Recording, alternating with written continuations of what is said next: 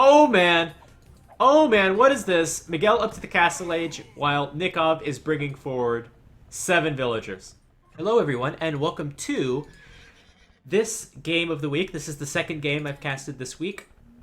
And this is between Nicov and MBL. Over in the top left, we have Nicov playing as the Khmer. And on the bottom right, we have Miguel playing as the Goths.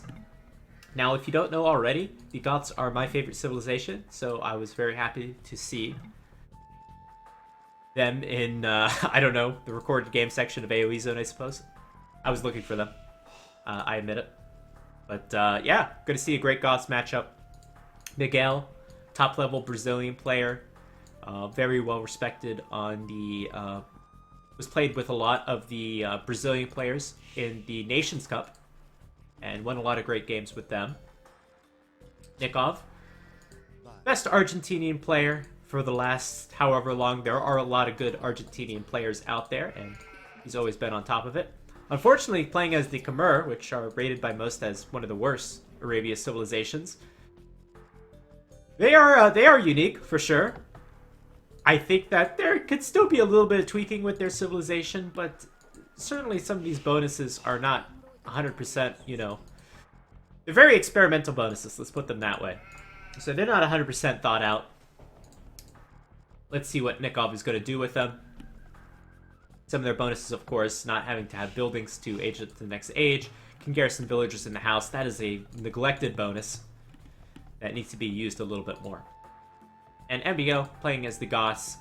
Sorry, Miguel just casted MBO. Miguel playing as the Goths. All about that infantry spam, but only on the castle age and onwards.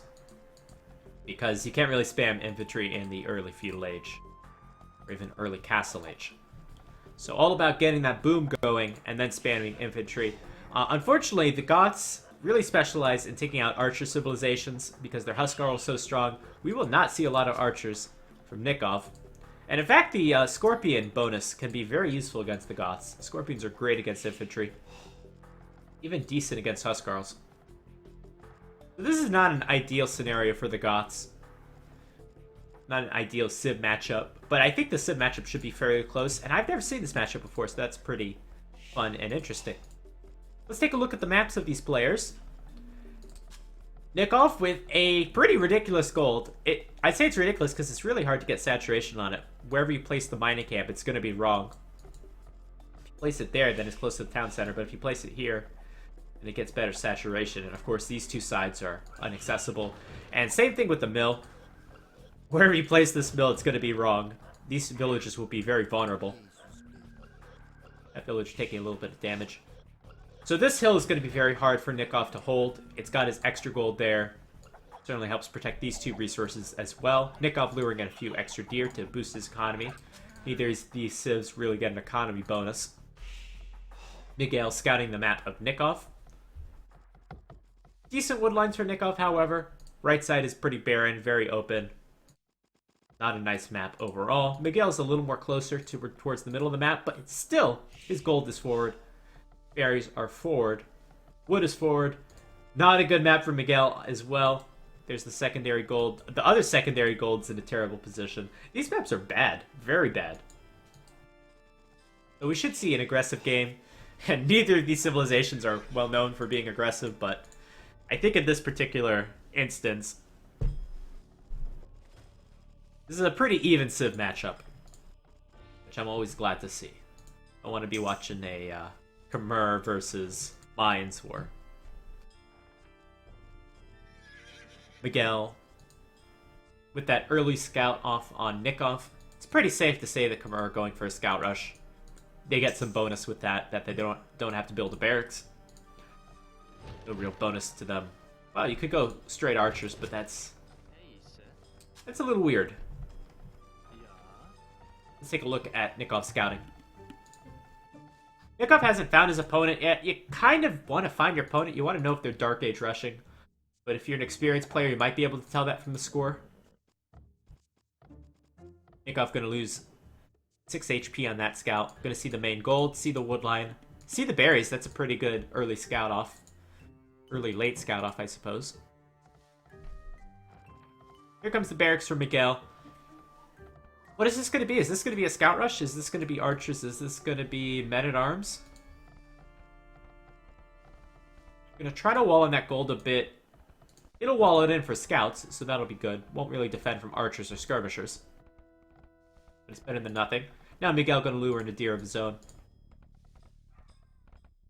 And look at this! Nicov coming forward with a barracks. A barracks is actually not necessary unless you want some spearmen. And there's a few spearmen for Nicov. Heavy investment for spearmen, though. Spearmen are cheap, but barracks are not. Here comes an archer range for Nicov. So I'm not sure if he forgot or this is all part of the plan. And it could be all part of the plan. I'm not sure. Nicov coming forward with the tower, and it should be within Miguel's line of sight. Is it? It is not. It's right outside of his line of sight. Wow. Here comes the spearman. Oh man, this is huge. MBL's just barely going to see that tower. But I think it's too late. That tower's most of the way up. In fact, the stable might get denied. It's on 89%, 90%. Sacrifice one of the villagers to get that stable up. There goes one. But a second might go down as well. Let's see if the spearman can do some work. Oh, that scout is kind of trapped. It's really trying to get out of there. Look at that great micro from Nicov. A little bit of luck, probably, but also excellent micro. Look at the start for Nicov. He's killed 2 villagers. He's probably going to kill that stable.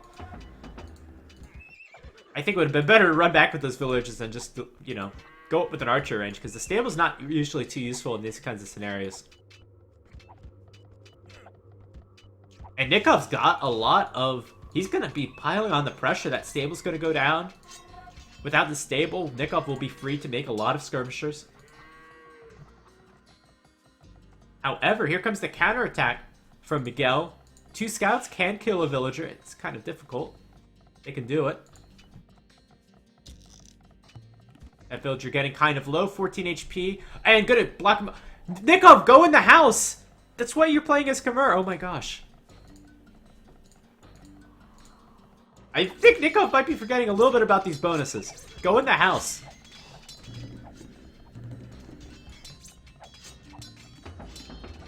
Alright, Miguel's got a few idols. Not a great start for Miguel at all. And KD's 4-0.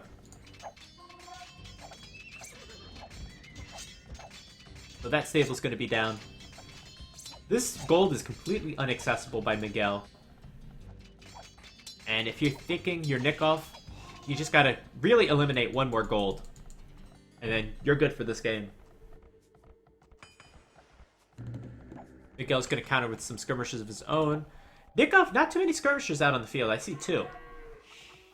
So probably having some troubles with economy. Gonna mine some stone, which will hurt skirmisher production a bit. But of course, more towers. More better. If Nicov can harass these berries, that'll certainly slow things down. There's nobody German. No, I'm the United States. I think pros don't want to learn silly bonuses. Sure. But that is a legit bonus. That is... It's not the greatest bonus in the game, but it is a bonus that can be very, very useful. If you have a house on this lumber line, you might not need a spearman. At least not right away. Here comes a tower in the perfect position. This tower will not go down anytime soon. But these scouts are going to try to kill this villager. Getting pretty low, but she can hop in the tower, and the scout's almost getting caught by the spearman. Oh, but it was just a distraction technique to delay. For this tower of Miguel, this is the 1 tower he gets with that starting stone. And that's a good one. That tower's not going to get up. Don't sacrifice everything for it, Nicov. No, don't. Oh, he's going to go for it. Tower's up. It was worth it. Going to garrison inside. Yeah, that was definitely worth it. This will cause some more idle time for Miguel. But these towers might be in range. And if they're not, this is going to be a war to get fletching first. This is really close. You can actually count the tiles, but I'm really bad at that. So it's 1, 2, 3, 4, 5, 6, 7, 8 maybe? That's a dead villager. So 3 villager advantage for Nicov. Miguel's going for a counterattack.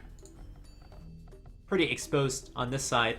Nice walls for for Nicov here, but it would be a lot better if these walls were completed as well.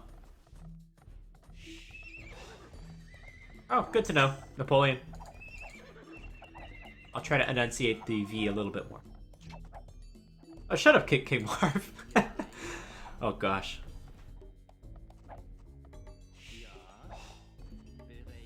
Alright. So Nicov trying to do some damage on this right side. This village is being very idled. Another stable coming up from Miguel. Usually how things go, you want to go with an archer range early against the forward, then add a stable a little bit later on. These villagers are actually 100% trapped. What the hell is this from Nicov? This was a dumb plan. So these villagers are absolutely trapped inside that tower, and that is the goof of the year. Meanwhile, Miguel getting cleaned up inside of Nikov's base, but this is one of the ugliest wood lines I've seen. This is an ugly game. A game full of mistakes. Nicov might have deleted that tower to get those villagers out, and all three of them are going to go down. Now the villager numbers are completely even, and I would say even Miguel is in an advantage. How did this happen? I thought Nicov was in such a strong position in the early feudal age, right when he got that first tower up, killed those two villagers, and I kind of threw it away. Because look at Nikov's economy now, it's pretty terrible. Nicov probably has a bunch of stone that he can't use. Not too much stone, but...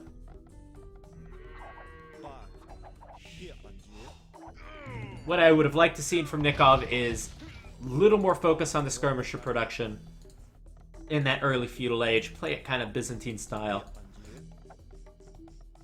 And just outmass your opponent. And it's kind of what he's doing a little bit right now. Miguel has to be careful. Now both players with a stable. We'll see how many scouts they decide to add, or if they're going to gear up towards Castle Age. This wood line is so bad. Just build another lumber camp there.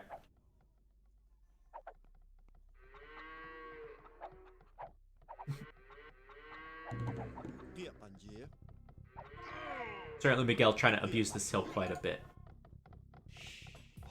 Finally, Miguel's back on gold. There's only two things you need gold for fletching and for advancement to the Castle Age, at least in this scenario. Archers are not very useful.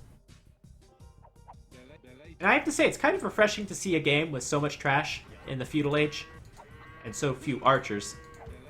The meta is so heavily in favor of the archers that, again, it's just very refreshing. And no militia or men-at-arms either. So a very different feudal age this game.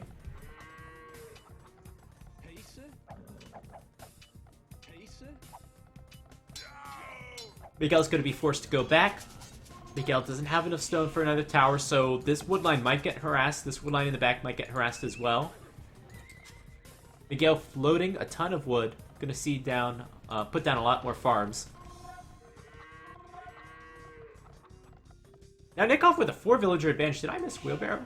Any chance? I'm usually on the lookout for that upgrade. Nicov with a good villager advantage. I'm not quite sure how that happened. No, Nicov getting wheelbarrow now. So maybe that was a... Yeah, I missed wheelbarrow. That's it. Okay, my bad. The spectator capture age here. So the economies are still dead even. Unless you consider an early wheelbarrow an advantage, which I probably do. And I think Miguel should have enough to defend from this attack. Here comes the spearman. Try to get in under the minimum range of the skirmishers. That is so annoying. And actually these spearmen gonna get lucky, gonna get a hit. Oh, I thought they would have gotten a few hits. Very annoying fight. Here comes a few archers. Why are you making archers, Miguel? I don't think this is the right time to make archers. But somehow they survived. I thought they were both going to die to the skirmishers. Now the archers can take their spearmen even quicker than the skirmishers could.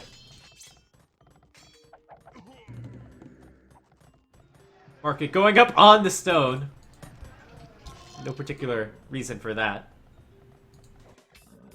That was, I don't want to say, that's either bad micro or good micro or some good luck, but Miguel taking that fight, when I think that could have gone a lot worse for Miguel.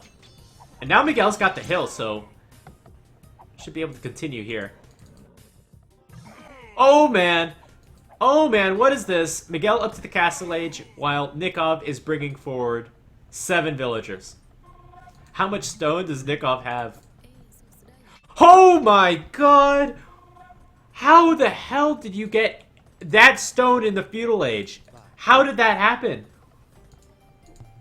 What in... Oh my gosh. Nicov going with the all-in. How did this happen? Oh my gosh. That is so break the meta. What in the world were you thinking? So now Nicov is fully committed to the strategy. That tower's not going to get out, but there's still hope. You can get a tower here and deny the gold. But you need to deny resources. This is not doing the whole hell of a lot. I think this is not going to be successful for Nicov, so what he needs to do is he needs to get a tower up on the gold, tower up on the stone. That probably should be safe, but a tower here would be good, and then take away this gold and this wood line here. That is a lot to ask. And at the same time, Nicov is up to the next age as well. He's playing as Khmer. The castle's not going to be very useful. What is this play from Nicov? What is this? And at the same time, why is Miguel so idle with a lot of his villagers? A lot of these villagers are going down. I think this is a grave overreaction for Miguel. He's losing a lot of villagers to this tower rush when he shouldn't. And you're safe, Miguel. Just mine your resources, make some knights and whatever. Some siege.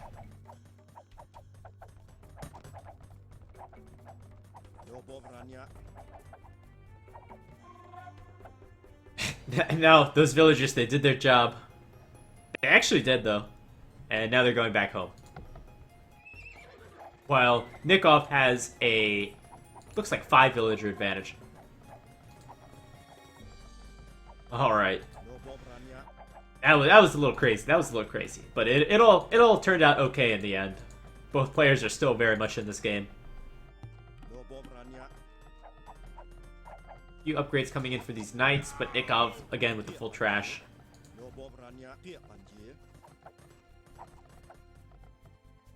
The kind of interesting army compositions. Miguel, you gotta build something a little bit stronger here. I mean, a ton of knights is probably not going to do it with so many spearmen around, but you can get some great raiding with it. There's a castle for Nicov. Okay, he's actually going to go down the castle route.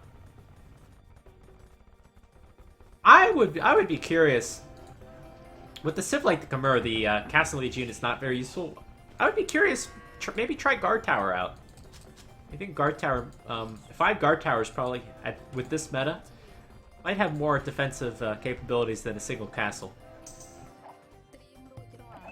Especially when there's a hole in the wall like that. Gun center coming up. Nikov's economy is very messy just because of these 2 knights.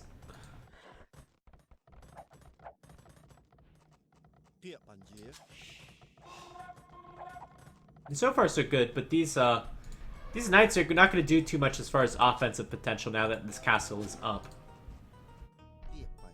Even a few knights from a few elephants from Nicov. And a monastery coming up to help deal with the knights. Maybe I always build a monastery when I'm building elephants just to reconvert my elephants back. But might not be as applicable at this high level where you could just delete the elephants real quick.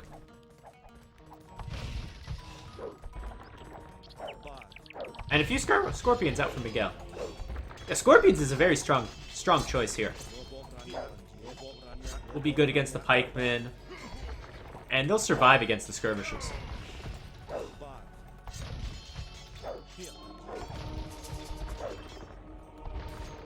And shit, actually this is Miguel building the scorpions. I thought this was the Khmer player, but it's not. Either way, scorpion is still a pretty strong choice.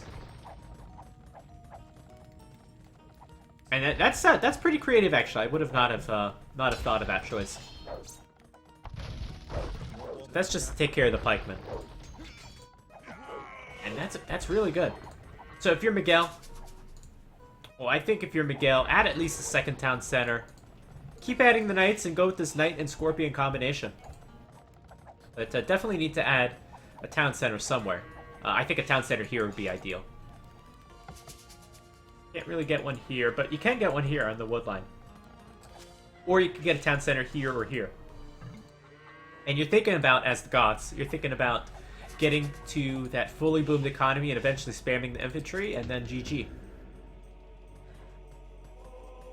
Look at Nicov. Nikov's got a much stronger economy. Got that castle up in defense.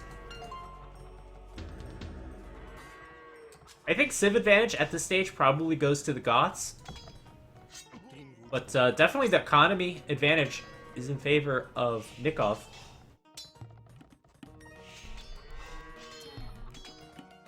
So Nicov needs to be able to defend. This gold is horrendous.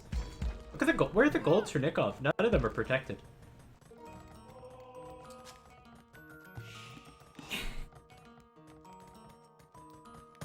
So, Scorpion's gonna get in on top of that gold. And this is not some good foresight from Nicov. Not really protecting any of his golds. Shoot. Miguel can't get up over to this gold. Where's the third gold? So there's a gold up there. That's essential for Nicov. Nicov needs to add a town center right up there, and he's gonna go to it right away. This is big. I think Miguel should heavily raid this area, and Nicov should try to defend it as much as possible. And that could decide the game. So if Nicov takes a great engagement here, it slows down the aggression of Miguel. We'll be in a good position. I think Miguel should probably try to go back in this scenario. Try to save these 4 knights. Make sure they don't get converted. And the Scorpions, unfortunately, will go down. So don't lose everything because of that. Here comes a few knights. That's not a bad trade. 2 Scorpions and a knight for a Mangonel.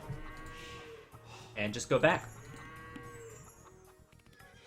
Let's see if this bug can get an elephant. I might be able to. Try at least. No. And we're seeing what I didn't think we would see this game in a Khmer and Goth matchup. We're seeing a lot of monks. Just the way the game is going. These villagers gonna go with the town center there to take out the tower. But there's a Mangonel in the area. And this town center is going to get denied, potentially with a few villagers going down. We have a 15 village advantage for Nicov. And that might be growing. As we have a very slow reaction from Miguel. That villager might go down as well. And Nicov, big economy advantage. Miguel, go around the castle. Go around to the side. This is a much weaker side. I'm still worried for Nicov. He can't survive on this gold all game. He's gonna have to reclaim this area. Oh, and look at this! Look at this! That could be 4 conversions, 2 right there. 3 right there. I think that was 3 conversions for 4 monks. Great trade. But still, Miguel maintains control of this position. Miguel should win if he continues to maintain control of that position.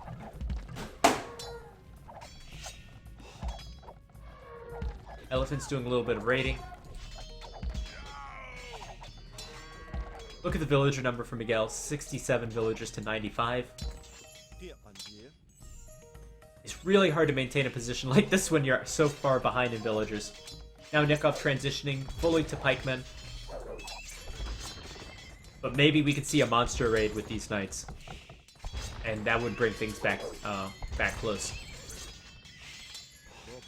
But I don't think so. I think there will be enough pikemen to defend.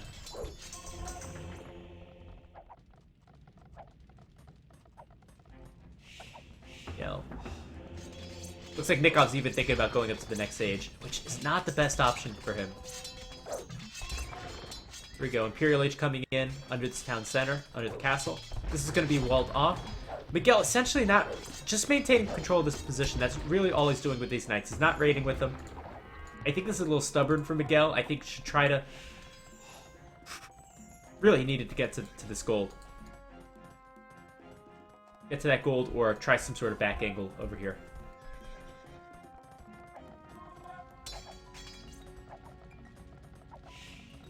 Here comes that Imperial Age for Nicov. With that upgrade, I think he can get the Halb upgrade.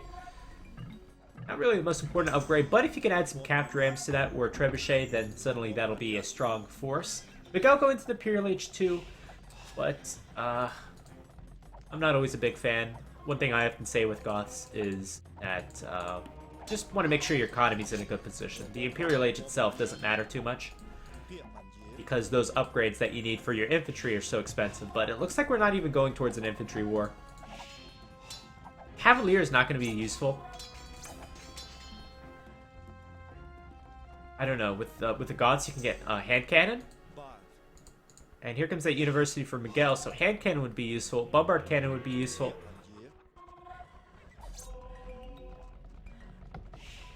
So I think Miguel's key to this game, try to get some value out of these knights. Go with hand cannon and bombard cannon, defend, get your economy up to that 130 villager count, and eventually spam infantry. Close out the game. And I think that could be a winning condition for Miguel. And here's that great knight raid. Finally, Nicov making use of that house bonus. Putting a few of those villagers in that house. So Nicov going to go with chemistry right away. He's thinking about bombard cannons as well.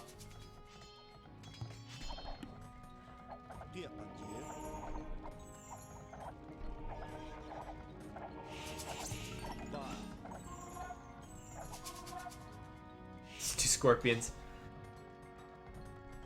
Hide in the corner. Alright, Nicov. Not really using this early Imperial Age to do anything. Other than get that chemistry upgrade and maybe get a bombard cannon out. But that's really not going to be too useful. What else could Nicov have done? Yeah, I don't know. I think Halb and Captram would have been a great combination. Had Nicov prepared Captram, then maybe would have been able to take out a big portion of Miguel's base. But instead, Nikov's going to go with the Trebuchet. Probably going to take out some of these towers and maybe limit Miguel's gold control.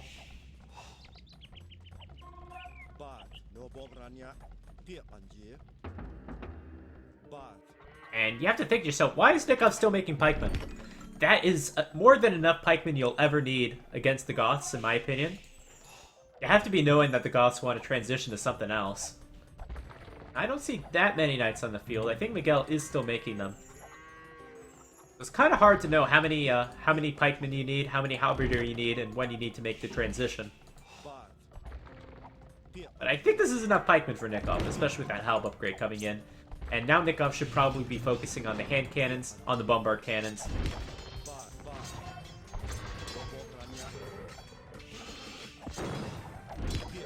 And this is good from Nicov taking over this area. I think Miguel getting a lot of late game eco upgrades. Got the crop rotation upgrade, now getting two-man saw. Those are upgrades that'll bode well for the late game. I think I've watched enough Khmer games to know the Khmer are missing one, if not both of those upgrades. They're missing some big eco upgrades late game. And it's another reason I give the late game advantage to the Goths. I think if you're Miguel, just hold out for now. Eventually, your eco and your military bonuses will pay off in the late game. And that's a good snipe off of the Trebs. Also, try to get some of those relics if you're both players. Really thinking about the late game. Because neither of these players are going to win it with a big raid or anything like that. Khmer is so trash. Oh, nice Miguel hit. Oh, they are not too good, but they have some bonuses. They have some bonuses. They're really good on Arena, if you'd like to see them succeed on Arena. And normally these bomber cannons would be very exposed, but there are no raiding kind of units for Nicov. No quick units to take out these bombard cannons.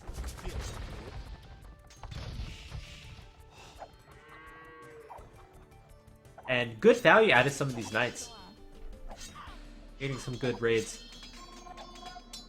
So I like Miguel's position, even though Nicov has the score lead. And even though Nicov has 30 more vills, I would still say it's a fairly close game because of that 30 vil difference.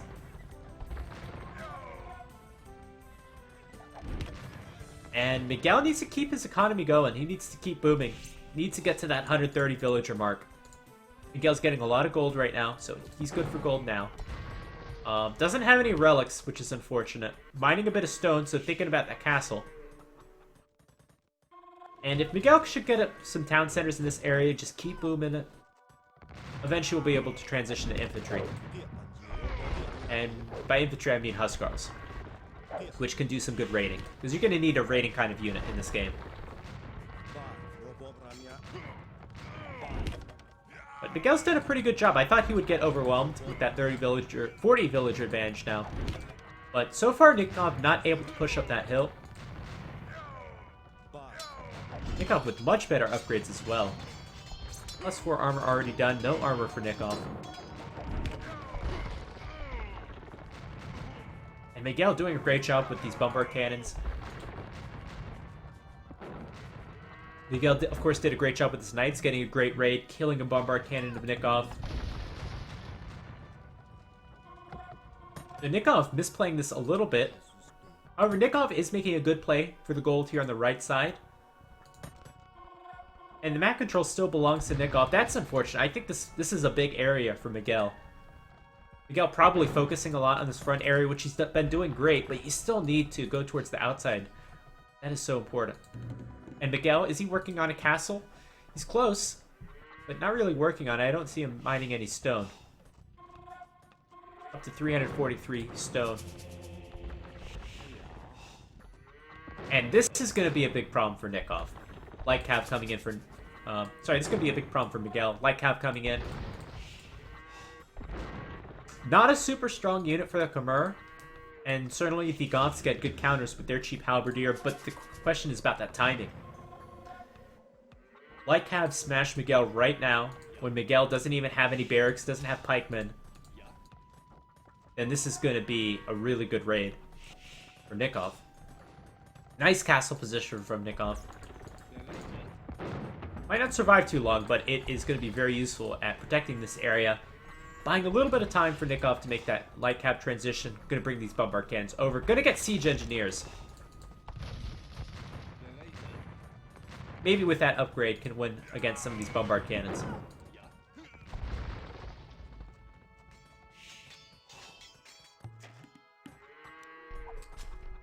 And that's not going to accomplish too much. Okay, cannons going all around the map. Players trying to raid as much as possible. Oh, this is a good fight. Good fight for Nicov. I want to scoot back those bombard cannons a little bit. This is still a good fight for Nicov, even if he kills one bombard cannon.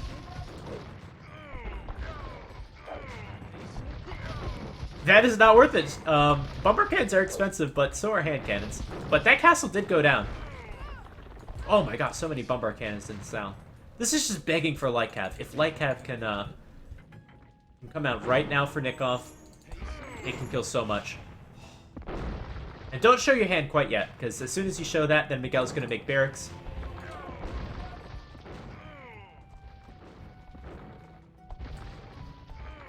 Wait a little bit till you have a few more Light Cav. But I think this game is, I think the turning point in this game is about to happen. For either player. Let's see how much damage these Light Cav can do. If they do a ton of damage, I think Nicov will win this game. If not, then I think Miguel will have the time to transition eventually to his infantry. Those farms are lavish. I've never heard that before. But that is a nice description.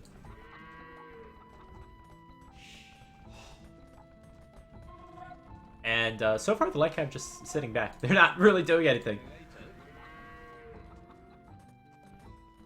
And Miguel transitioning to infantry, as we said. So a few barracks there. Starting spearman production. Nicov losing 2 bombard cannons. And the light cav are going to go straight through the hand cannons. I think this is a game for Miguel. That was the turning point I was talking about. Let's see if I'm going to be correct. But losing a lot of momentum as these light cav go down. Now there's a few spearmen in the mix. We see any big light cav raiding in the back? Not really. A good hand cannon raid. You halberdier there as well. These are going to do some damage. Oh, an exorcist. Alright, so no good light cav raiding, but a little bit of good raiding from Nicov. I don't think it's going to be enough. There are some stables here in the north. Here comes a castle to lock down that area. We'll have to see some pikemen coming out. I think Miguel's going to win this. Oh, that's a lot of hand cannons from Nicov. And now those bomber cannons are exposed. We're going to get a few hits on those hand cannons. Pikeman is now done. We have 4 remaining bombard cannons. Such a close game. Castle is still not up. We need some pikemen. There's still only these 2 barracks. Miguel has not transitioned to infantry at all this game.